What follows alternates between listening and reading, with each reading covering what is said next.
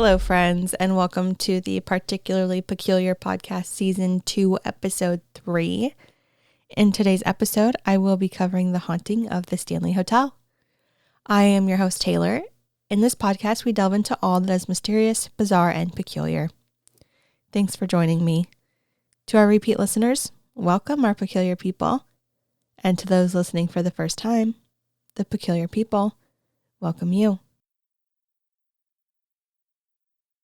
There has been a tremendous wealth of information put out about this location. Blog posts, articles, television shows, of course.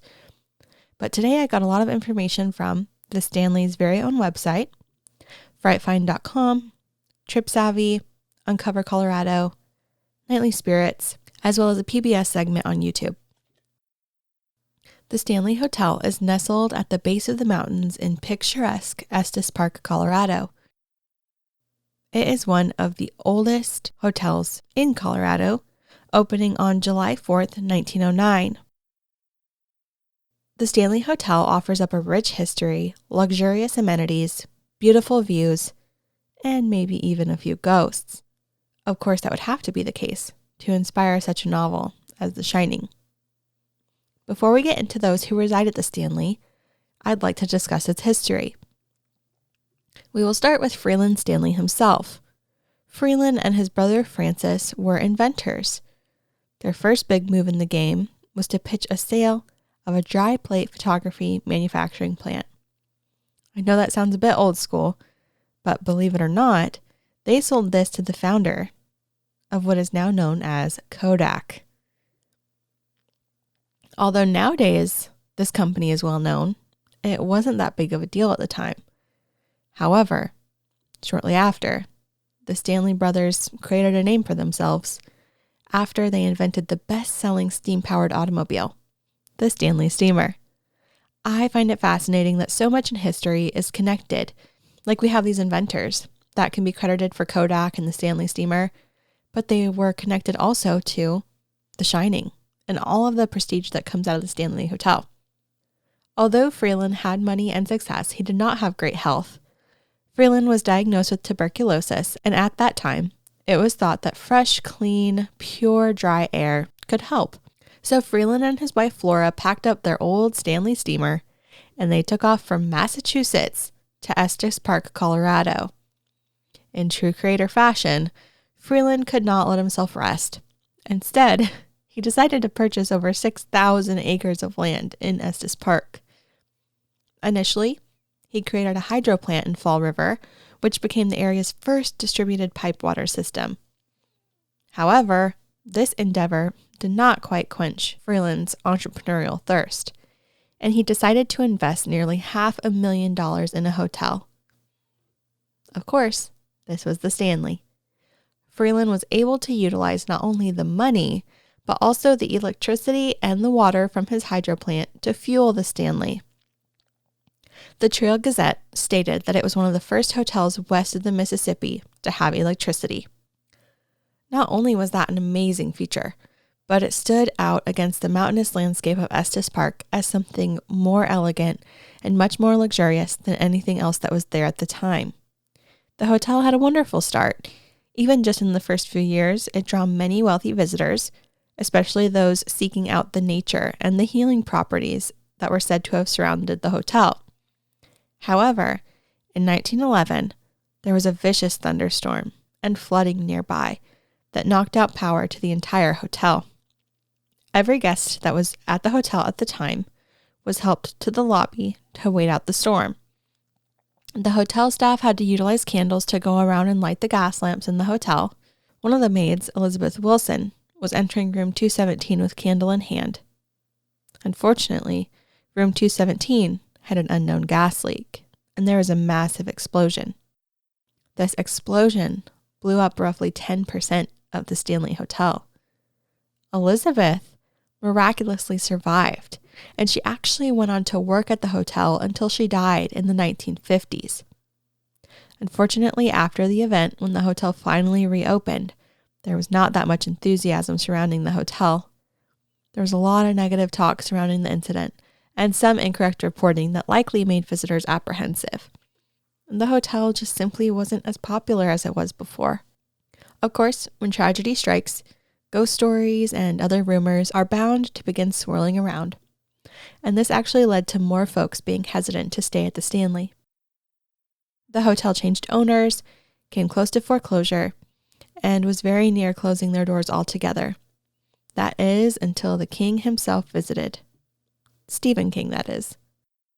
Author Stephen King and his wife Tabitha visited the hotel in 1974, and just as Jack and Wendy Torrance were the only guests in the hotel in The Shining, as were Stephen and Tabitha, arriving just before winter closure. King reported having stayed in room 217, where the infamous blast occurred. He also reported having extremely vivid nightmares that involved his son Joe, who was actually being chased down the seemingly never-ending hallways in the hotel. King stated that just upon waking from these nightmares and lighting a cigarette, his head was already swimming with ideas that would bring about the plot of The Shining. The novel The Shining was released in 1977, and rather quickly, the movie was released in May of 1980. After the release of the book and the film, it prompted many to flock to the hotel to see if they could have their own spooky encounters, and according to history, many did. The Stanley is one of the most researched and most documented haunted locations. It has over 400 rooms, and although almost all the rooms are said to be inhabited by entities, and there are documented cases of activity in nearly every room, there are definitely a few paranormal hotspots in the hotel. What I find extremely interesting about the Stanley is that it isn't just haunted, but it has a very routine haunting activity. So maybe a lot of residual haunts going on here. It seems like they just kind of go about their life as usual, just as they would have before. This reminds me a bit of our stone tape theory episode we had. Season 1, episode 18 talks about the stone tape theory and residual hauntings, if you would like to take a listen to that, but it isn't required to listen to this episode. Now, it is thought that the hotel is simply filled with all sorts of spiritual energy due to its placement in the mountains, the land it's built on, and also the fact that it was an area populated by the Ute people. So this may be why there are just so many spirits roaming the hotel. The first hotspot I'd like to cover is the hotel's main staircase, or as it has lovingly been coined, the vortex.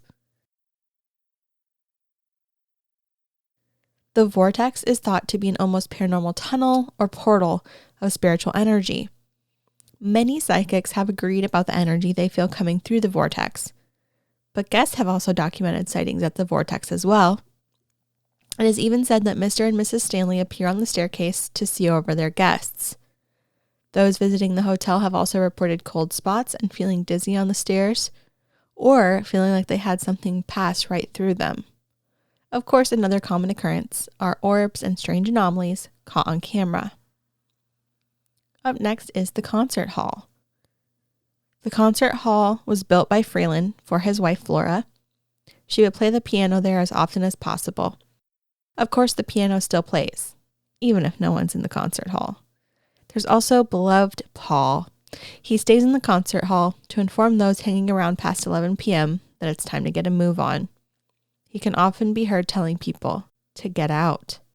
Another entity that takes residence in the concert hall is Lucy. Lucy is believed to be a runaway or a homeless woman who just fell in love with the hall. She will often communicate with ghost hunters, doing things such as flashing lights and responding to simple requests. Although Lucy is seemingly there for good now, there doesn't seem to be a connection of Lucy to the hotel before her death. At least not one that has been found. The 4th floor is said to be the most active of the hotel. The 4th floor is home to the endless hallway and the most haunted room in the hotel, room 401. The entire 4th floor was just an attic at one time. Just a giant open attic, which is kind of creepy. This is where female employees, children, and nannies stayed. Today's guests report hearing children running around, laughing, giggling, and playing.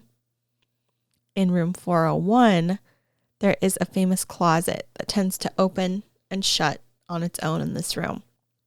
And women have claimed that they were inappropriately touched by an unknown presence while standing in the room's closet.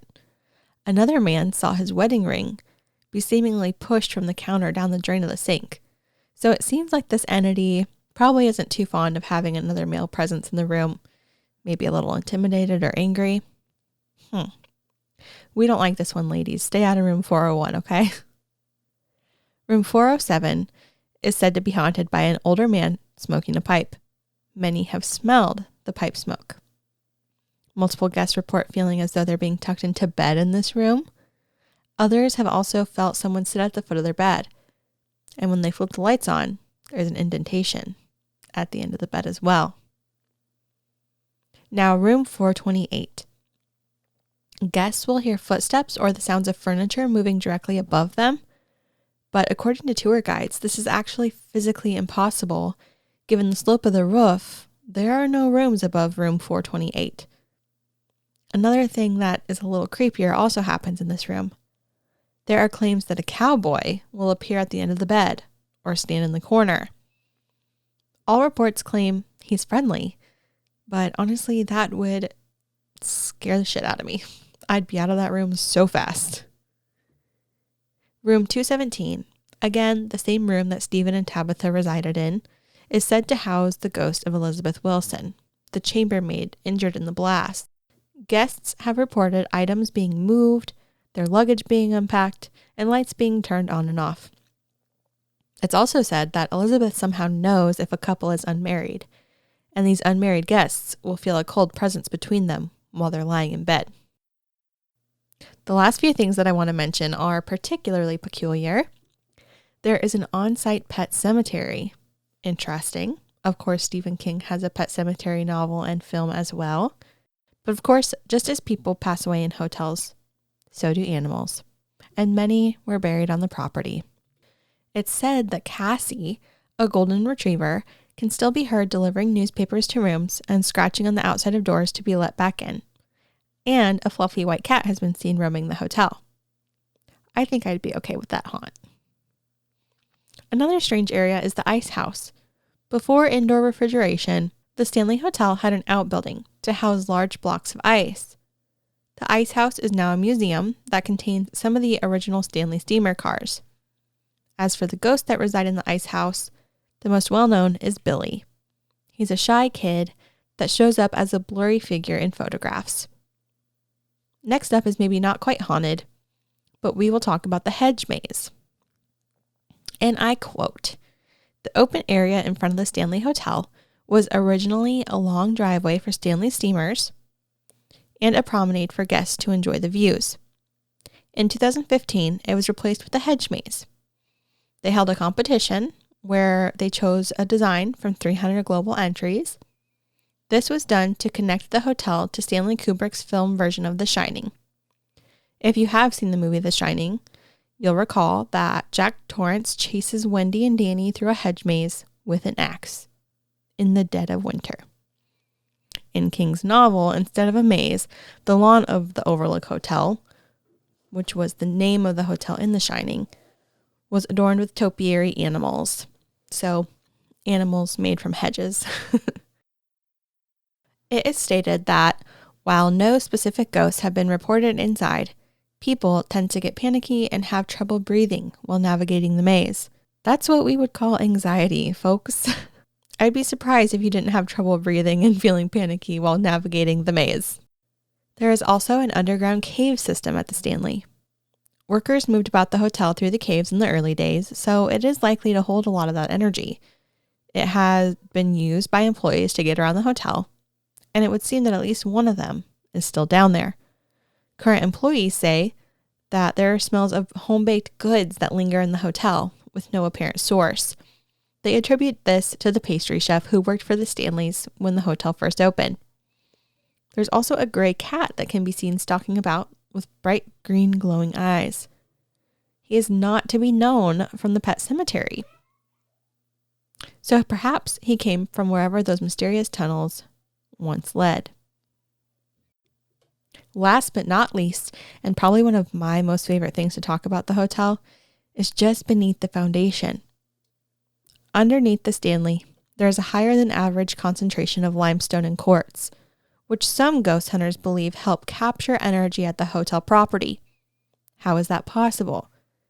I know a lot of people think that rocks don't have energy within them, that it's kind of, new agey woo-woo stuff, right?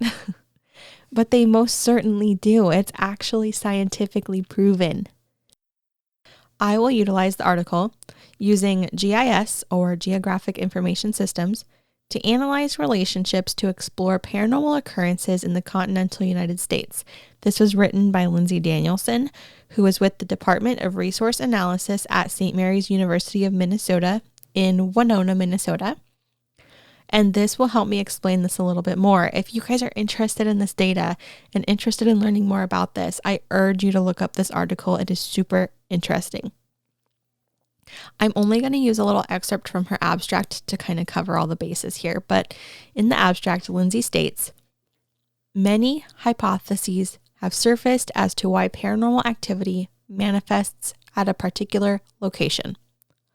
Some locations of which are related to the geology and hydrology of a location. These hypotheses include tectonic strain, stone tape, running water, and magnetic anomaly theories. This research attempts to spatially analyze variables that may promote an increased manifestation of paranormal activity. This research will also use alleged haunted locations to analyze correlations between the location and individual geological and hydrological features.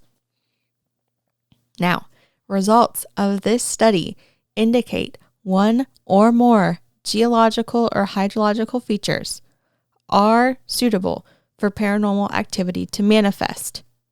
So what that is saying is that these hypotheses, tectonic strain, stone tape, running water, etc., the hydrology and geology can cause paranormal activity to manifest.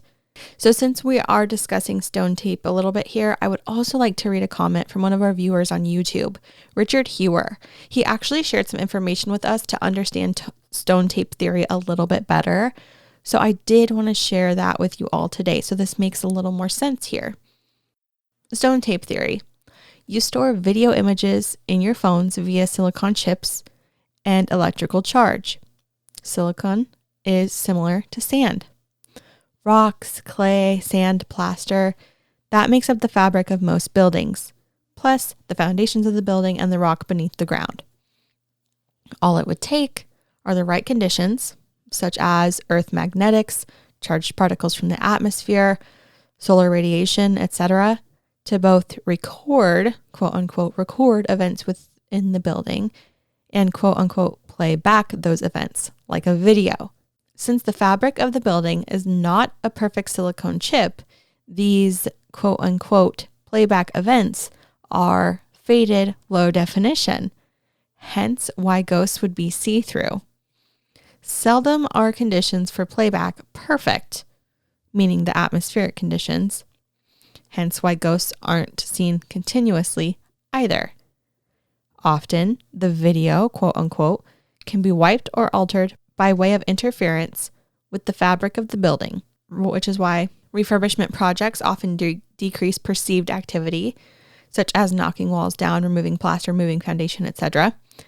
I've personally experienced this, as many builders have. This is my simplified explanation. I could elaborate. Plenty of evidence to back the theory up. Think about the northern lights. The aurora being transparent images caused by charged particles hitting the magnetosphere in the atmosphere from the sun. Think about the ley lines in the earth bedrock causing magnetic and electric fluctuation. Think quartz in bedrock being like the silicone chip. Think of all these things and you can maybe get a better understanding of stone tape theory. So it's funny, when this comment was read to me, I was like in my bed and Christian had been on YouTube or I'm honestly not sure what he was doing, but he was like, hey, did you see this comment on the stone tape theory on our episode? And I was like, no, I didn't even see it. And we took our break, so it could have been from a while ago. We missed it. But he read it to me and I was literally just like, oh my gosh, that makes so much sense and explained it so much better than we did in the episode. So Richard Hewer, I want to say thank you for sharing that with us. It just clicks. Let's talk about current information on the Stanley. The Stanley is, of course, still functioning as a hotel with many buildings on the property. It offers all sorts of wonderful amenities, a spa, a whiskey tasting area, many exquisite restaurants, and so much more. On top of this, they also offer a lot of tours. For day tours, they offer the historic tour and the King's Cottage tour. So I do want to tell you guys about these tours because I think they're pretty cool. The historic tour runs from 10 a.m. to 3 p.m. The description states that it is a 1-hour walking tour that introduces you to Mr. F.O. Stanley, his wife Flora, Stephen King, and other noteworthy visitors since 1909. The Stanley Hotel Historic Day Tour is a unique way to experience the hotel's history, architecture, folklore, and pop culture with a knowledgeable storyteller. That would just be fun. I think it'd be really neat just to learn about more of the history of the Stanley Hotel. When I was doing this research, I really enjoyed digging into that. Now, a newer thing that they have available, a newer tour that they have available is King's Cottage Tour. It's also a day tour that runs also from 10 a.m. to 3 p.m., also an hour long. The description states, King's Cottage is one of our newest tours. This tour combines the history of the Lambourne's caretaker's cottage, its relevance to Estes Park, Colorado, and the Stanley campus with Stephen King and Stanley Kubrick's creativity. You will discover how these elements of history can add up to a challenging and inspirational landscape for the thrilling story of The Shining, derived from the creative imagination of Stephen King and interpreted through the directorial lens of Stanley Kubrick. This would be super fun. It's also called The Caretaker's Cottage. They really did combine elements of the movie into the cottage. It's so cool to see. It has like that old mint green bathroom from the film when the old lady gets out of the tub. It just gives spooky vibes, and it'd be really fun to see. Now the spooky tours. There is the Stanley Night Tour that runs from 5 p.m. to 10 p.m. Again, it is an hour long. And the description states, the Stanley Hotel Spirited Night Tour is a 1-hour walking tour that will take you through the dark edges of the hotel. It's a unique way to experience the hotel's spirited tales with a knowledgeable storyteller under the ambiance of nighttime in the Rocky Mountains. Each tour offers you opportunities to explore, ask questions, and perhaps leave with a few stories of your own. There is also a disclaimer at the end stating that the night tours never go onto guest floors or into guest rooms. So you won't be disturbing anybody else, or your stay won't be disturbed if you stay there by tours. Now, last but not least, there is also the Shining Tour. Again, about an hour. The Shining Tour is one of our newest tours, indoor and outdoor walking tour through the west side of the Stanley Hotel campus. A lot of Stephen King, a bit of history, and a whole lot of stories of the spirited variety. This tour does actually include a visit to the Shining Suite, which is that restored caretaker's cottage. You can take photos of the recreated bathroom like I was talking about. You can catch a glimpse of one of the axes from the filming of The Shining. And it says, join us and dive into all the paranormal allure the historic Stanley Hotel has to offer. That would just be so fun. Honestly, all these tours are extremely affordable. I think they're only about $20 to $30 per person. And some of them are about $8+. So if you do have little ones, they can't really attend the tours, but it's not so bad. But I can't wait for Christian and I to visit the Stanley. Hint, hint, Christian, while you're editing this, we need to go, give them some content, right? It's for science. So that is my coverage of the Stanley Hotel. If any of you have ever stayed at the hotel or toured the hotel, have stories to share, please let me know. Email me on our site at www.particularlypeculiar.com. At that site, you can find that contact form where you can submit your stories. You will also find our socials on there, which is another place you can share your stories with us. And there's also a donation tab there as well if you'd like to help out the show.